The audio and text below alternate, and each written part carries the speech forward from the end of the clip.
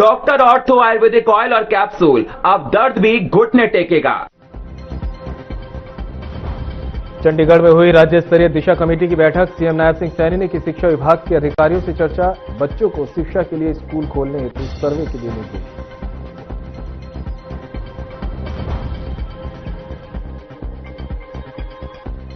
नगर एवं ग्राम नियोजन विभाग की बैठक। सीएम नायब सिंह सैनी ने की अध्यक्षता। पानीपत के बहोली में विकास नियोजन पर हुआ विचार विमर्श।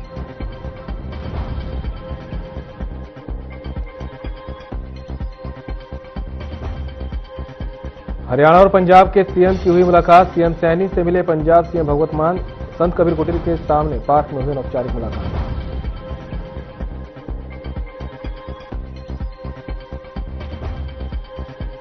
चंडीगढ़ में 19 फरवरी को होगी बीएससी की बैठक। दोपहर 3 बजे होगा बैठक का आयोजन। विधानसभा के बजट सत्र की अवधि पर लगेगी मुहर।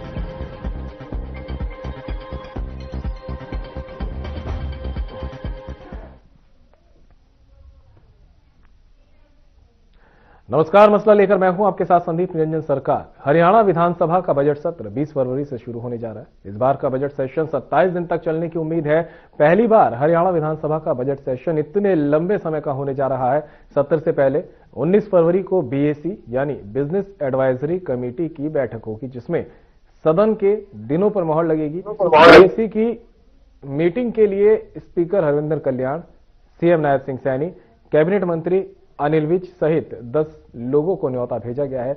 मीटिंग में विपक्ष की ओर से नेता प्रतिपक्ष भूपेंद्र सिंह हुड्डा और इनेलो विधायक अर्जुन चौटाला भी शामिल होंगे। बजट सत्र की तैयारियों में सरकार जुटी हुई है। विपक्षी दलों कांग्रेस और इनेलो ने भी बजट सत्र में सरकार को घेरने की रणनीति बना ली है। इस बार के सत्र में पक्ष और विपक्ष के बीच एक बार फिर तीखी नोकझोंक देखने को मिल सकती है। सरकार ने आंकड़ों समेत जहां अपनी 11 साल की उपलब्धियां बताने की रणनीति बनाई है, वहीं दोनों विपक्षी दलों कांग्रेस और इनेलो को उनके कार्यकाल में हुए कार्यों के साथ तुलनात्मक आंकड़ों के साथ जवाब देने की भी रणनीति बनाई। आपको यह भी बता दें कि सीएम नायब सिंह सैनी ने बजट को लेकर अलग अलग क्षेत्रों से जुड़े लोगों से चर्चा कर सुझाव भी लिए, ताकि बजट को लोगों की जरूरतों को पूरा करते हुए तैयार किया जाए। हालांकि अब सभी की नजरें बजट सत्र पे है। ऐसे में देखना होगा कि ये बजट जनता की उम्मीदों पर कितना खरा उतरते हैं।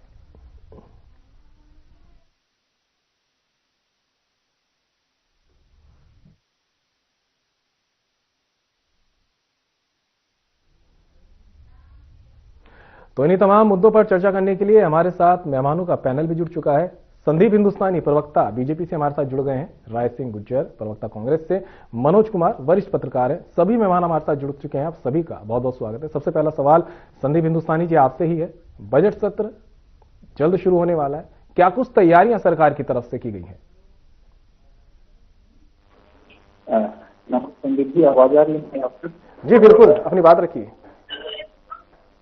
जी, आ रही है मेरी आवाज आप तक? बिल्कुल बिल्कुल, आपकी आवाज आ रही है, बात रखिए अपनी। जी जी जी। देखिए, आपने देखा होगा विगत 6 जनवरी से माननीय मुख्यमंत्री श्री बजट मीटिंग, माननीय मुख्यमंत्री जी ने अलग अलग इंडस्ट्री के लोगों, ऑटोमोबाइल की हो, फार्मा की हो, टेक्सटाइल हो, सर्विस की इंडस्ट्री हो, IT हो, एग्रीकल्चर से संबंधित हो, MSME वाले हो, फिर हमारे स्टार्टअप्स हो, सब लोगों से अलग अलग माननीय मुख्यमंत्री जी ने मीटिंग्स की हों। इसके अलावा जो अलग अलग प्रोफेशनल्स हैं, चाहे वो शिक्षाविद हैं, चाहे वो इंडस्ट्रियलिस्ट हैं, चाहे वो चार्टर्ड अकाउंटेंट्स हैं, अलग अलग लोगों से माननीय मुख्यमंत्री जी मिलकर और सुझाव दिए। इसके अलावा माननीय मुख्यमंत्री जी जो हमारे प्रतिनिधि होते हैं, सरपंच होते हैं, सांसद होते हैं, विधायक प्रतिनिधि होते हैं, सांसद होते हैं, सभी के साथ में माननीय मुख्यमंत्री जी ने बैठकें करके इसको लेके सुझाव दिए। इस बार चंडीगढ़ में हुई जो भी हमारे प्रतिनिधि हैं, विधायक और सांसद, तो माननीय मुख्यमंत्री जी ने उसमें सभी को बुलाया था, लेकिन कांग्रेस और बाकी पार्टियों ने वो शामिल नहीं हुए, क्योंकि हरियाणा के विकास की चर्चा थी, फिर हरियाणा को बनाने की चर्चा थी, एक होम स्टॉप हरियाणा की चर्चा थी। तो अभी हरियाणा का विपक्ष कर देता है, लेकिन माननीय मुख्यमंत्री जी ने समय समय पे अलग लोगों से लेके और जो हरियाणा की में हम क्या कर सकते हैं, क्या उसके सुझाव मिल सकते हैं, उन सभी सुझाव का हमें लगता है एक जो हरियाणा की आम जनता है उसके लिए AI जन पोर्टल माननीय मुख्यमंत्री जी ने दिया। पूरे देश में पहली बार हुआ कि बजट को लेकर इस तरीके से जनता का, आम जनता का सुझाव लगाया। 10,000 से ज्यादा लोगों ने सुझाव लिया, तो उसके ऊपर भी हमें हो रही है। तो ये जो बजट है, ये हरियाणा का जो भी इंफ्रास्ट्रक्चर है, जो डेवलपमेंट है, जो विकास की गति है, उसको बढ़ावा देने वाला ही होगा डेफिनेटली, और स्पर्शी होगा, समावेशी होगा, समाज के हर वर्ग को छूने वाला बजट होगा, जिससे आम जनता की जो लाइफस्टाइल है उसको किस प्रकार हम इम्प्रूव कर सकते हैं। और मेहमान भी हमारे साथ जुड़े हुए हैं, पहले एक बार उनकी राय भी ले लेते हैं। राय सिंह गुर्जर जी, कांग्रेस प्रवक्ता, हमारे साथ जुड़े हुए हैं।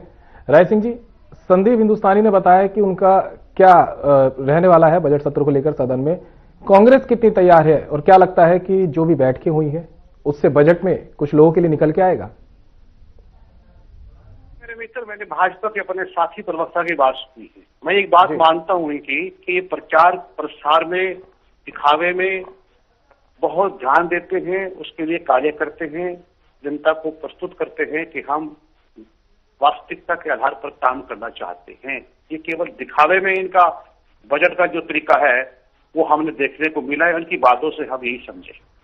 वास्तविकता क्या है, ये अभी जब बजट पेश होगा और बजट पेश होने के बाद किन किन बातों पर ये क्या बात रखेंगे, किस प्रकार की रियायत देंगे, जनता को क्या बात होगी, उसका भी हम बड़ा बखूबी से अध्ययन करके उसका जवाब देते हैं। लेकिन इस प्रकार कुछ बातें हैं कि इन्होंने बजट की तैयारी से पहले एक बात नहीं बताई है कि भाई पिछले साल जो बजट इन्होंने घोषणा की थी, उस बजट में जो इनके मुख्य बिंदु थे, प्रावधान रखा था जनता के लिए, उनका क्या हुआ। क्या हरियाणा में पिछले बजट की अपेक्षा और इस बजट के बीच कोई निवेश आया है? क्या निवेश के साधनों में प्रगति हुई है, बढ़ोतरी हुई है? अगर आया है तो किस प्रकार से उसका सार्वजनिक व्याख्यान नहीं करते। दूसरा, इन्होंने पिछली बार महिलाओं के लिए विशेषकर लाडो लक्ष्मी योजना को लेकर इन्होंने 5,000 करोड़ का बजट रखा। 5,000 करोड़ के बजट का बड़ा प्रचार प्रसार किया, लेकिन जब धरातल पर बजट के माध्यम से जनता में महिलाओं के मान सम्मान की योजना का प्रावधान रखा तो वहां पर केवल पहले बार 2100 रुपए देने के बाद और अगली दफा इन्होंने वही चालाकी की कि कहते कुछ है, दिखाते कुछ है और वास्तव में कुछ होता है। 1100 रुपए महिलाओं के खाते में डालना शुरू किया। जब पूछा कि भाई 1,000 रुपए कहां गए, तो इन्होंने कहा कि इनके निवेश किया गया है, इनका सुरक्षित रखा है, इनके भविष्य के लिए कुछ संसाधनों के माध्यम से इनकी जमा पूंजी है। अरे आपकी घोषणा क्या होती है, करते क्या है, ये बात बड़ी स्पष्ट है। बात करते हैं स्टार्टअप की। 2,000 करोड़ का स्टार्टअप का इन्होंने पिछले वर्ष में रखा था। 2,000 स्टार्टअप में किन किन छोटे बड़े उद्योगों के लिए कहां पर प्रगति हुई, किस प्रकार का उनको रियायत दी गई, इनके पास कोई जवाब नहीं है। आज भी सारे के सारे इनका स्टार्टअप, गेटअप इंडिया, बढ़ता भारत, उड़ता भारत, दिखता भारत, जितनी भी धरातल पर 1 दर्जन से अधिक स्टार्टअप की योजना है वो सब धाराशायी हो चुकी है, इन पर कोई ध्यान नहीं है। तीसरी बात हम बात करते हैं कि इन्होंने दुनिया के साथ चलने की बात रखी थी कि हरियाणा भी बढ़ेगा, जबकि हरियाणा इन्होंने आज हरियाणा जो है, भारतवर्ष में जब हमारी सरकार होती थी तो हरियाणा उत्पादन, वितरण और संसाधनों में प्रति व्यक्ति आय में नंबर 1 होता था। आज हरियाणा की स्थिति क्या है कि आज वर्ल्ड बैंक में भी हरियाणा 16वें नंबर पर डिफॉल्टर हो चुका है। ये लगातार कर्जा ले रहे हैं, कर्जा लेकर कुश्ती करते हैं, घी पीते हैं और काम नहीं करते, परिणाम 0 है। इन्होंने किसी भी प्रकार से पीछे AI को लेकर, पर्यावरण को लेकर और दूसरे तमाम आधुनिक चीजों पर 400 करोड़ रुपए का बजट दिया था गुड़गांव और पंचकुला के लिए। क्या कोई योजना के माध्यम से वो योजना कहां बढ़ी है, उन पर कोई ज्ञान नहीं है। बात यह है, एक समायोजन बात क्या है कि हर मुद्दे पर, अब मनरेगा की बात करते हैं। केंद्र सरकार ने कहा था कि मनरेगा जो है वो हम व्यापक करेंगे, 125 दिन काम देंगे, जबकि गारंटी कैसा हटा दिया। लेकिन 40% जो है वो काम राज्य सरकारें देंगी। क्या केंद्र, पहली बात तो केंद्र सरकार ने कोई बजट का प्रावधान नहीं दिया, वो भाग खड़े हुए हैं। क्या हरियाणा सरकार 40% जो मनरेगा के मजदूरों को काम मिलेगा उसको कोई प्रावधान रखा गया है?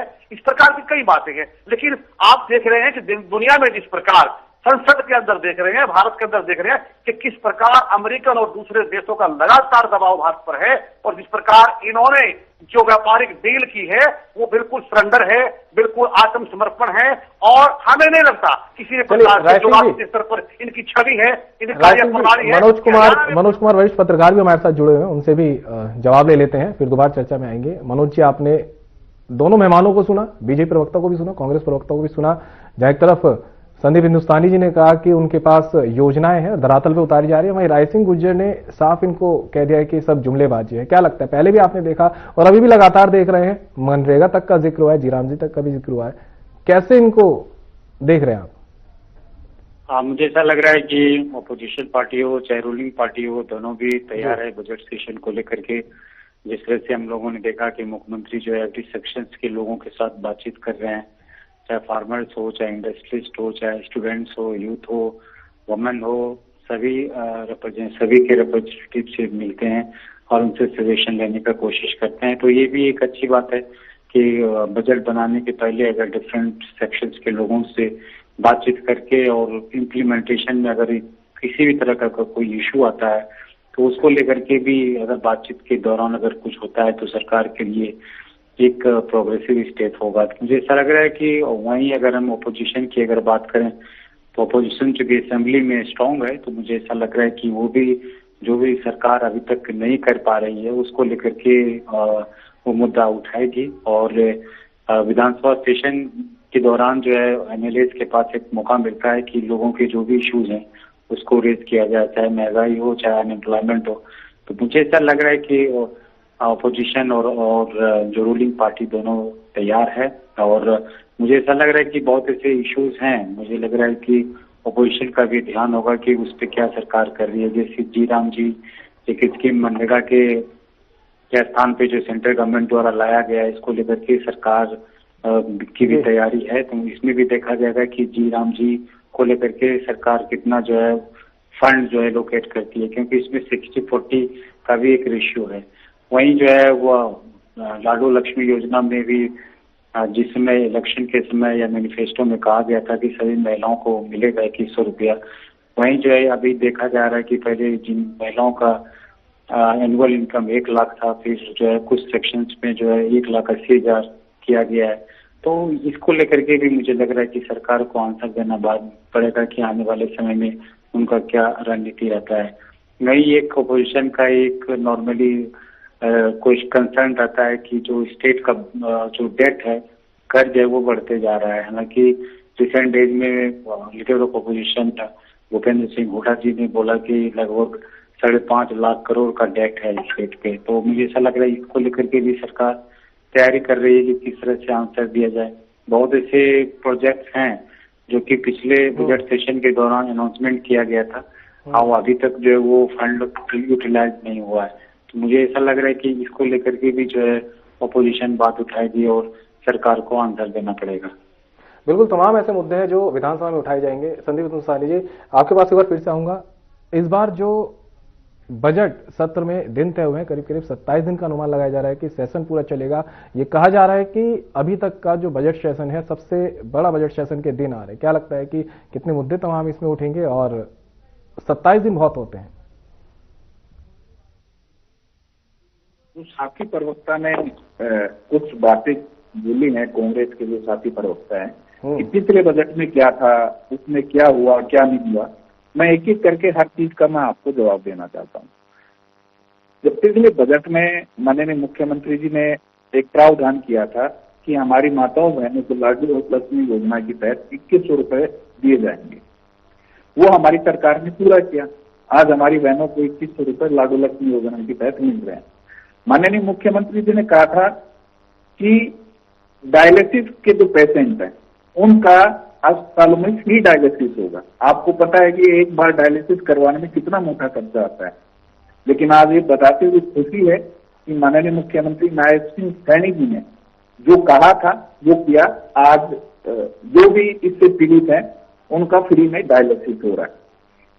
हमने कहा था हम 500 रुपए में गैस सिलेंडर देंगे, तो आज जो भी परिवार गरीबी रेखा से नीचे है उसको 500 रुपए में गैस सिलेंडर मिल रहा है।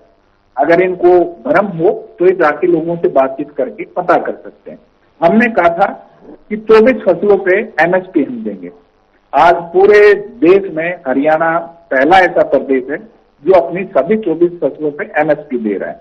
इन्होंने कहा कि पिछले साल क्या निवेश आया, कुछ भी नहीं हुआ। तो इनको बताना चाहूंगा, अभी पीछे माननीय मुख्यमंत्री जी जापान के दौरे पे गए थे, जहां लगभग 5,000 करोड़ रुपए के एमओयू का साइन हुआ है।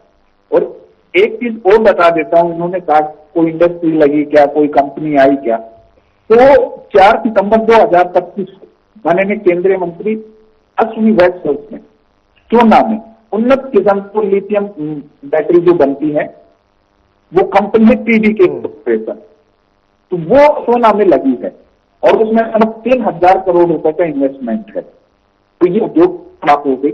एक चीज और भी बता देता हूं इनको कि हरियाणा पूरे देश में जीएसटी कलेक्शन में टॉप 5 में आता है हमारा स्टेट।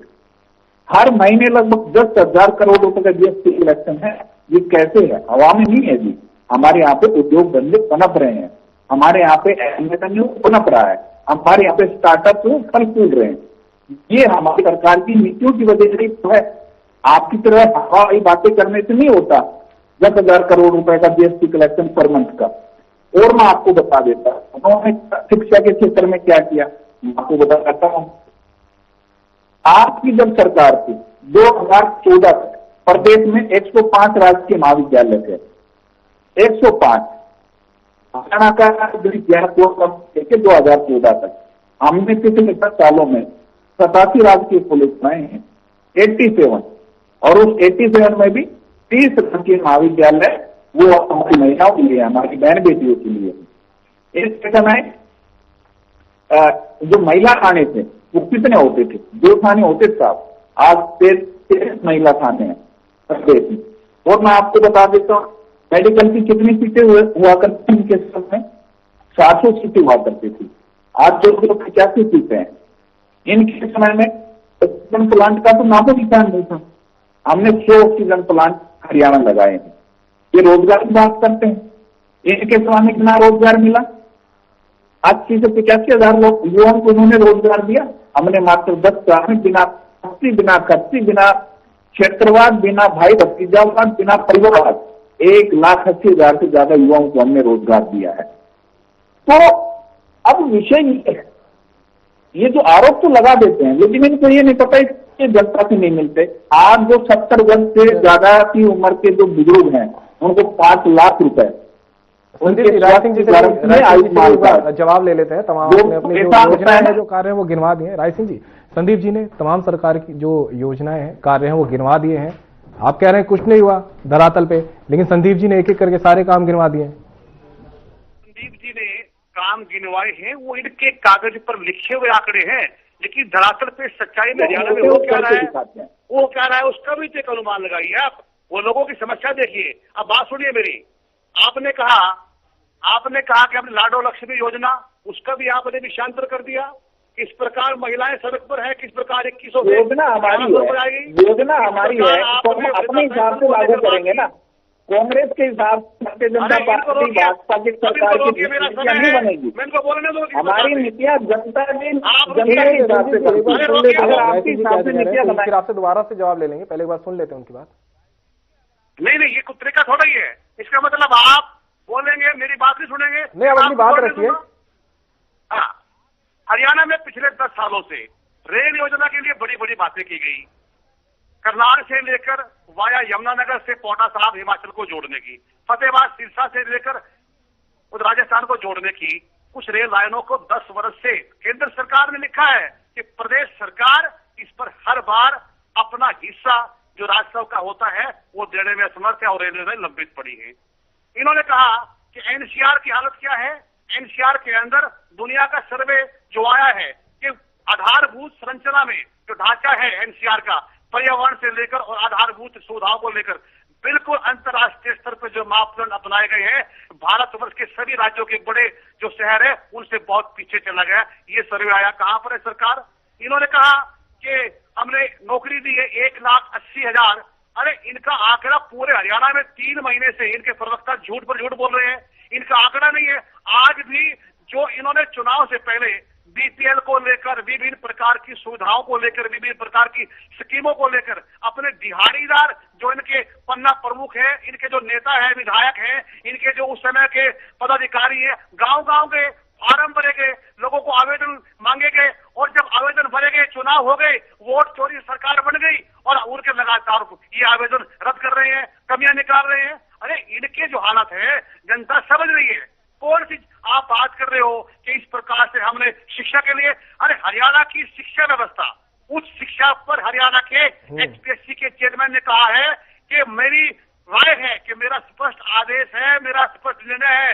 मैंने देखा है जब उनसे कहा गया कि आपने हरियाणा के मेधावी छात्रों को नौकरी क्यों नहीं दी गई, क्यों कैटेगरी को पार नहीं कर गए, उन्होंने तर्क दिया कि हरियाणा की उच्च शिक्षा व्यवस्था विशेषकर यूनिवर्सिटी और रिसर्च के विभाग नगण्य है, जीरो है, सुविधाओं की कमी है, उच्च कोटि की शिक्षा नहीं दे पा रहे हैं। ये कमी बताइए, ये बात कर रहे हैं। अरे हरियाणा के अंदर 727 स्कूल लगातार बंद हो गए हैं, आपने बजट शिक्षा का कम कर दिया है। कहां पर खड़े हो आप लोगों की राय लेकर, विधायकों से मिलकर, खिचड़ी चावल खाकर, अपना चिंतन मंथन करके, अपना सर्वे करके, टूर प्रोग्राम बनाकर, लोक लुभावनी बात करके आप बजट की आधारशिला को किस प्रकार आगे ले जाएंगे? जनता समझती है आपको क्या हालत है?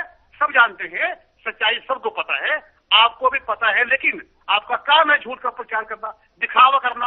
आज पूरा देश इस बात के लिए स्तब्ध है कि किस प्रकार अमेरिका के सामने इन्होंने अब परियोजनाओं में सरेंडर किया है। प्रधानमंत्री संसद में नहीं आ पा रहे हैं, देश के स्पीकर जो उनके साथ चले हुए हैं वो भाग खड़े हुए हैं, नए नए आरोप लगाकर संसद को आप गुमराह करना चाहते हो, आप बंदी बनाना चाहते हो। आपके सामने किसी प्रकार की कोई व्यवस्था नहीं है जिससे जनता कल्याण की बात कर सके। आपके पास कोई योजना नहीं है कि जिससे सरकार के आदेश ऐसे हो, योजना ऐसी हो, जनता समझ सके हमारे फायदे के लिए होगा। सब कुछ झूठ है, प्रोपगंडा है। दोनों मेहमानों ने अपनी बात रखी। मनोज कुमार जी के पास चलते हैं, बहुत देर से बैठे हुए मनोज कुमार जी इंतजार कर रहे अपनी बारी का। मनोज जी, क्या लगता है जिस तरह से जो आरोप प्रत्यारोप का दौर ये लगातार जारी रहा है, इस बार जो सदन होगा वो कितना हंगामेदार और गर्म रहने की उम्मीद है? ये जो सेशन, बजट सेशन होगा बहुत ही हंगामेपूर्ण होगा, क्योंकि ऑपोजिशन भी स्ट्रांग है, 37 सीट्स है। कांग्रेस पार्टी जो असेंबली इलेक्शन में जीती थी, जिस तरह से कांग्रेस मुद्दा उठा रही है, जैसे एजुकेशन का स्टेटस की अगर बात करें, टीचर्स का अपॉइंटमेंट की अगर बात करें, चाहे हेल्थ में भी बहुत ऐसे इश्यूज हैं। तो मुझे ऐसा लग रहा है कि ऑपोजिशन को और भारतीय जनता पार्टी के एमएलए को भी मुद्दा उठाने का मौका मिलेगा। सिर्फ ऑपोजिशन नहीं, जो रूलिंग पार्टी के एमएलए हैं उनको भी कुछ ऐसा लगता है कि उनके एरिया में कुछ न्यू प्रोजेक्ट चालू किया जाए, या एजुकेशन स्टेटस में अगर कुछ बढ़ोतरी की जाए, कोई स्कूल खोला जाए, तो उनको भी एक मुद्दा मिल जाता है, मौका मिल जाता है कि अपने बात को उठाने का। बिल्कुल मनोज कुमार जी। संदीप जी, फाइनल कमेंट आपसे ले लेते हैं, एक एक करके तीनों मेहमानों के पास आएंगे फाइनल कमेंट के लिए। उससे पहले आपके पास आऊंगा कि जो बजट सेशन जो ये होगा उसमें जनता के लिए पिटारे में क्या कुछ अब अलग निकलेगा? संदीप जी, ये जो बजट होगा वो हरियाणा की जनता के लिए ही बजट होगा। हमारा बजट समाज के हर वर्ग को ध्यान में रख के बनाया गया है, न कि भाई भतीजावाद, परिवारवाद और क्षेत्रवाद को लेके हम बनाते हैं। हरियाणा की जनता को क्या चाहिए उसको ध्यान में रख के हमारा बजट है, उसी के लिए माननीय मुख्यमंत्री जी ने सुझाव लिए हैं। और आपको इस बजट में आपको वो चीजें स्पष्ट नजर आएगी कि जो विकसित भारत की नींव है उसमें हरियाणा मुख्य ग्रोथ इंजन की भूमिका किस तरीके से निभाएगा, और विकसित हरियाणा की जो संकल्पना है उसकी मजबूत नींव आपको इस बजट में देखने को मिलेगी। बिल्कुल। राय सिंह जी, अब की जो बीएससी की बैठक होने वाली है उसमें अभी 27 दिन का जो अनुमान लगाया गया है बजट सेशन का, कि 27 दिन तक बजट सेशन चलेगा। इस समय काफी, क्योंकि हर बार जब भी दिनों की बात आती है तो विपक्ष लगातार ये कहता है कि उन्हें बोलने का समय नहीं दिया जा रहा है। जब हरियाणा के हितों की बात होती है तो वो फर्क कर देते हैं। ये सर्वदलीय बैठक की बात हो, या विधानसभा में जनता के मुद्दे रखने की बात हो, या वैसे कोई माननीय मुख्यमंत्री की मीटिंग बुलाने की बात हो, ये जनता छोड़ के भाग जाते हैं। ये लोग भागने में भाई। बोलो, आप बोलो।